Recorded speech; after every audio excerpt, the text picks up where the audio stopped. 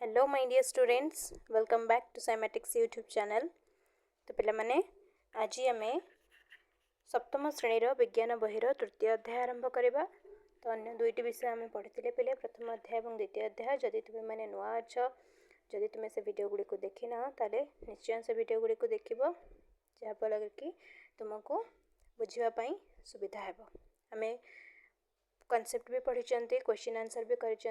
तो दयाकोरी तुम्हें प्रथम दुईटी चैप्टर वीडियो गुड़ाक भी देख। तो चलो आज तृतीय अध्याय आरंभ करवा। तृतीय अध्यायर शीर्षक हूँ पे विद्युत, यार परिपथ और उपादान। तो आज आम विद्युत विषय पढ़ा, इलेक्ट्रिसिटी उपरे पढ़ा।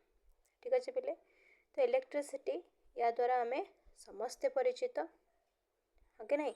तो विद्युत आम आम दैनंदिन जीवन में सका उठा बेलू राति शोवा पर्यंत आम बहुत सारा जिनस विद्युत आम यूज कर। ठीक अच्छे पिले।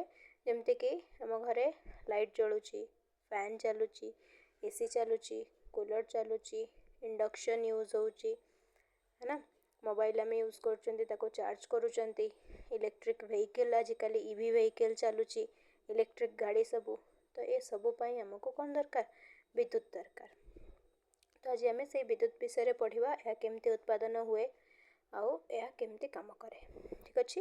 तो चलो पिले विषय देखा, आग को बढ़ा। निहार और तार सहपाठी मैंने हीराकुद नदीबंध देखी आग्रह प्रकाश कले, उत्साहित हेले। सेमाने सेठारे जल विद्युत उत्पादन केन्द्र परिदर्शन करेंगे। तो हीराकुद डैम अच्छे पिले, जो कि तुम जलरू विद्युत उत्पादन करा जाए। तो विद्युत उत्पादन केन्द्र से देखिए, से महानदी कूल अवस्थित माँ समलेश्वरी और घंटेश्वरी मंदिर तथा देवीगढ़ अभयारण्य परिदर्शन करने को जी बोली आहरी खुशी हेले। तो से कौन करेंगे, हीराकुद जल विद्युत उत्पादन केन्द्र परिदर्शन करेंगे और आउ कौन करेंगे, घंटेश्वरी मंदिर समलेश्वरी मंदिर भी परिदर्शन करेंगे। तो देख पे यात्रा पूर्व विद्युत शक्तिर व्यवहार विषय से एक दलगत कार्य प्रस्तुत कले। तो यात्रा आरंभ करने पूर्व से विद्युत विषय, विद्युत शक्ति को आम केमती व्यवहार कर विषय गोटे दलगत आलोचना कले। एथिपाई से घर, विद्यालय, पड़िशा घर, सहर और शेष में इंटरनेट खोजार लगी पड़े। आश्चर्यर कथा से तालिका बढ़ी चलला। से विभिन्न व्यवहार गुड़ी को अलग अलग शीर्षक अधीन तालिकाभुक्त करने को निष्पत्ति कले। तो देख पिले से कौन निष्पत्ति नेले, कौन आलोचना कले। प्रथम हूँ पिले रंधन। तो रांधिबारे आम विद्युत को केमती साहाय्य कर। विद्युत केटल, इलेक्ट्रिक केटल जो आम यूज कर पानी गरम करने, मिक्सचर ग्राइंडर आम ग्राइंडर यूज कर, टोस्टर जो थे ब्रेड को टोस्ट करा जाए, ओवन, माइक्रोवेव। तो यही सब जिनस पिले विद्युत साहाय्य चले। तापर आलोकीकरण, घर, ऑफिस, गली रास्ता, बाजार, कलकारखाना ये सबुठ जो लाइट जलुची से भी विद्युत को यूज करके जलुची। गमनागमन रे ट्रेन, बस, कार, स्कूटर, लिफ्ट, एक्सक्लेरेटर। तो ये सब तुम विद्युत यूज हो। गरम ठंडा, पंखा, room heater, immersion rod, geyser, fridge, air conditioner. तो ये सब भी आम विद्युत इलेक्ट्रिसिटी यूज कर।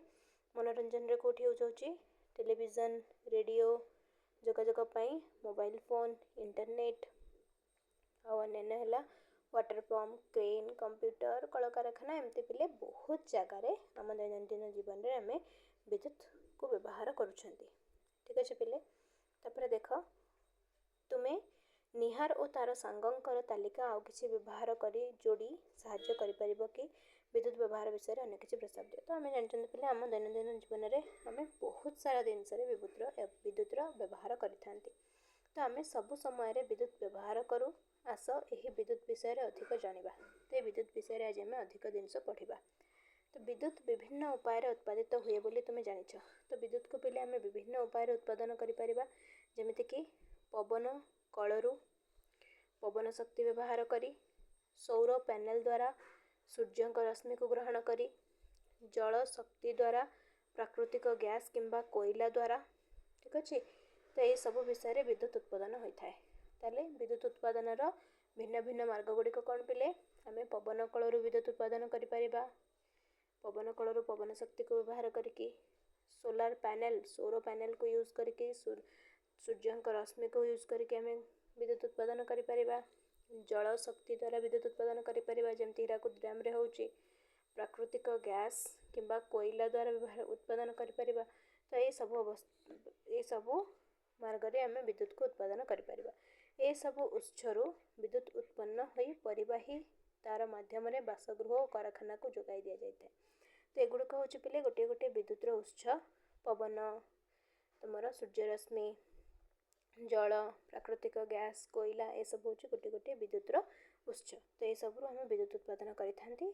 तो विद्युत उत्पादन केन्द्र में विद्युत उत्पादन हुए तापर परिबाही तार माध्यम तार सब लगाई था इलेक्ट्रिक तार जाए सब रास्ता घाट चारिआडे आम देखी। तो से तार द्वारा बासगृह कल कारखाना ये सबको विद्युत जोगाई दि जाए। उदाहरण स्वरूप आम घरे विभिन्न जंत्रपाति बा उपकरण चलाइबा आमे कांथरे थिबा प्लग और स्विच व्यवहार करूँ। आम घरे आमर विद्युत कनेक्शन अच्छी। तो विद्युत कनेक्शन में आम कांथ मानक सब स्विच लगाई प्लग लगाई। तो आमको जो जंत्रपाति चलाइबार होची उपकरण चलाइबा को होची तो आम प्लग लगेगी स्विच ऑन कले जिनसटी चलुची। तथापि विद्युत विषय जानवाक हेले आम व्यवहार करुवा एक सहजरे नेबा आनिबा करि हेउथिबा विद्युत उत्स प्रति ध्यान देबा। आस टर्च लाइट भली एक साधारण यंत्रु आम आरंभ करवा। तो आम प्रथम टर्च लाइट विषय पढ़ा। विद्युत खुंट एवं अन्यान्य उपकरण उपरे विपद संकेत लोकों को सतर्क कराई दिए जे जदि आम सतर्कतार सहित व्यवहार न करिबा तेबे विद्युत आम पाई विपद सृष्टि करिपारे। तो आमर शरीर गोटे विद्युत सुपरिवाही शरीर। तो आम जदि विद्युतर डायरेक्ट कंटाक्ट आसीजा ठीक अच्छे। तो डायरेक्ट जदि विद्युत संस्पर्श आम आसीजा ताले से करेन्ट इलेक्ट्रिक करेन्ट आम शरीर दे पास कर आमर शरीर बहुत क्षति हे। तेणु आम जितेबाला भी विद्युत को व्यवहार करुँच तो आमको बहुत सतर्कता अवलंबन करने पड़ो। ठीक अच्छे पिले तुम घर किंबा स्कूल रे होइथिबा विद्युत जोगाण सहित केबे भी परीक्षा करब नाही। ठीक अच्छे एपरिक छोट पोर्टेबल जनरेटर मध्य विद्युत विपद सृष्टि करिपारे। कौनसी परीक्षण पाई केवल टर्च लाइट कांथ घंटा रेडियो बा रिमोट रे व्यवहार करा जाउथवा बैटरी किंबा सेल व्यवहार कर। तो से कम विद्युत उत्पादन हुए से आम कौन से परीक्षा करने आम जो बैटरी यूज करुँच विभिन्न जिनस टर्च लाइट रे घंटा रे रेडियो रे ठीक अच्छे रिमोट रे। तो बैटरी जो यूज करुँच से बैटरी को यूज करके आम जेकोसी परीक्षा दबा आम करवा किंतु इलेक्ट्रिसिटी डायरेक्ट बोर्ड रू बा स्विच रू आम यूज करवा नहीं। तो गोटे टर्च लाइट देख पे टर्च लाइट विषय कौन कहुई तुम्हें टर्च लाइट व्यवहार कर फ्लैश लाइट कहुए। टर्च लाइट को पिले फ्लैश लाइट कहुए। तो कौन परीक्षा करवा देख गोटे टर्च लाइट नियो गोटे टर्च लाइट आम नवा यह जत्नर सहित अनुध्यान कर। तुम्हें एक लैंप और एक स्विच देखिपारुच कि ता भितर गोटे लैंप अच्छी आ गोटे स्विच अच्छी। ये पिले तुम स्विच अच्छी लैंप अच्छी। तो स्विच को आग को खसा और अनुध्यान कर टर्च जलुची कि। तो स्विच ऑन कले टर्चटा आमर जलिब। वर्तमान स्विच को पछक खसाई मूल स्थान को आण एवं टर्च को पर्यवेक्षण कर। तुम्हें निश्चय लक्ष्य कर जे स्विच प्रथम स्थिति रे टर्च जलिला और द्वितीय स्थिति रे टर्च जलिला नहीं। तो स्विच को आम ये आग को करवा माने स्विच ऑन कले तो टर्चटा जलिला पुणी स्विच को पछक करदे माने टर्चटा ऑफ करदे मतलब स्विचटा कौन है बंद हो गला। विभिन्न वर्तमान टर्च लाइट को खोली दिया ता भितर कौन देखल जदि ये पिले टर्च लाइट को आम खोलीदेवा ता भितर बैटेरी थी आमको बैटेरी मिल। टर्च लाइट भितर थिबा दुई किंबा अधिक विद्युतिक सेल देखा पाइब। तो टर्च लाइट भितर आमको सेल देखा मिल बैटेरी देखा मिल। ठीक अच्छे। तो गोटे सरल विद्युत परिपथ देख पे गोटे नॉर्मल विद्युत परिपथ केमती थाए गोटे नॉर्मल इलेक्ट्रिक लाइन सर्किट केमिति थाए टर्च किपरि कार्य करे बुझापी यार उपादान गुड़िक प्रथम जाना।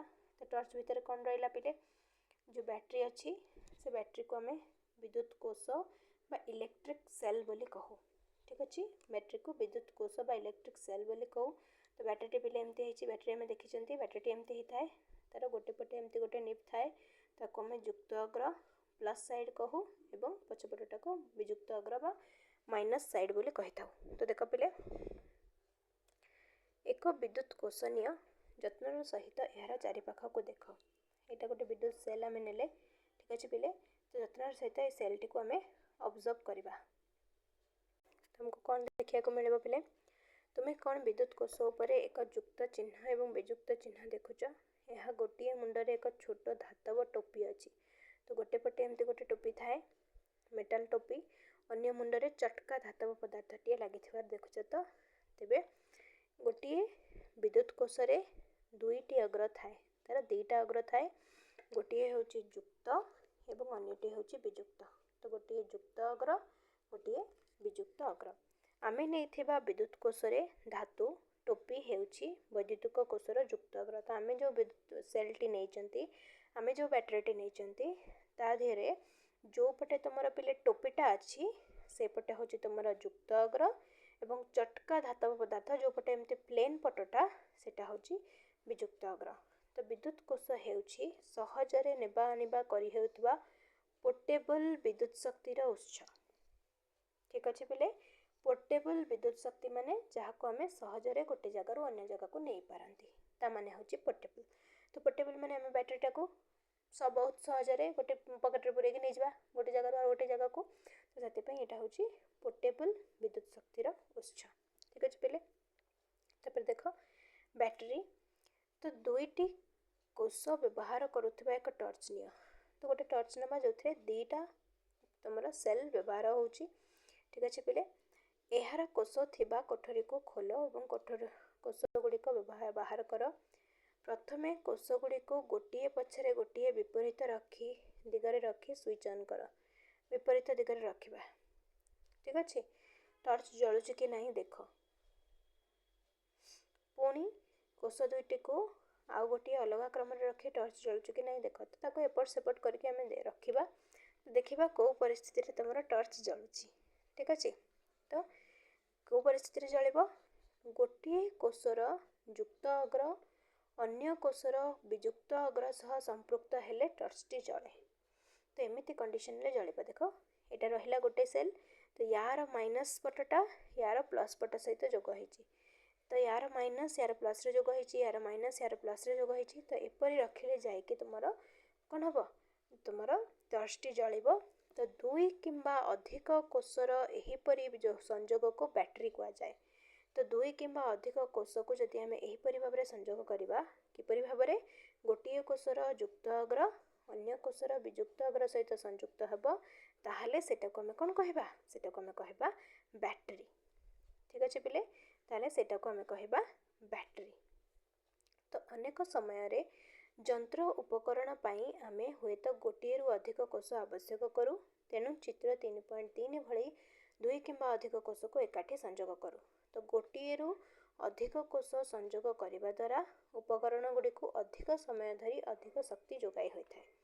ठीक अच्छे तो एमती आम कहीं करूँ कारण एमती करने द्वारा हमको अधिक परिमाण रे कौन शक्ति जोगाई थाए। ठीक अच्छे पिले तो देख से कहूँ गोटे सेल बा कोष को आम साधारणतः बैटरी कहू। तो गोटे सेल व्यवहार कले भी आम साधारणतः बैटरी कही था। आम मोबाइल फोन को शक्ति देउथुवा गोटे सेल पाई मध्य आम बैटरी शब्द व्यवहार करूँ। ठीक अच्छे देख विद्युत बत्ती उज्ज्वल लैंप बा इनकैंडेसेंट लैंप। तो यही कार्यकलाप तुम्हें गोटे टर्च सहित गोटे दीप्तिमान बत्ती बा बल्ब आवश्यक कर। तो गोटे आम बल्ब नवा। ठीक अच्छे पुराणा टर्च सहित यही बत्ती व्यवहार होता है। तुम्हें शिक्षकों सहायतार तुम्हें निश्चिंत जे यह टर्चर यही प्रकार से बल्ब व्यवहार होइए कि नहीं। ठीक है तो ये तो सब पे एलईडी बल्ब व्यवहार है। तो आगे सब एमती बल्ब व्यवहार करा इनकैंडेसेंट लैंप। तो देख गोटे टर्च नियो एवं तार बत्ती को परीक्षा कर। तुम्हें कौन देखुच तुम्हें कौन काच बल्ब मझिरे सरू पतला तार लगी लक्ष्य कर। तो एमती बल्ब भितर पिले एमती गोटे सरू तार लगी थाए। या भितर देख पिले ये गोटे सरू तार लगी थाए। वर्तमान टर्च को जलाओ बल्बर क्यों अंश जलुची। तो यही तारटी पिले तुम जलुव बल्ब मझिरे थिबा पतला तार दीप्तिमान होई आलोक प्रदान करुछि। तो यही सरू तार को बल्बर फिलामेंट कह जाए।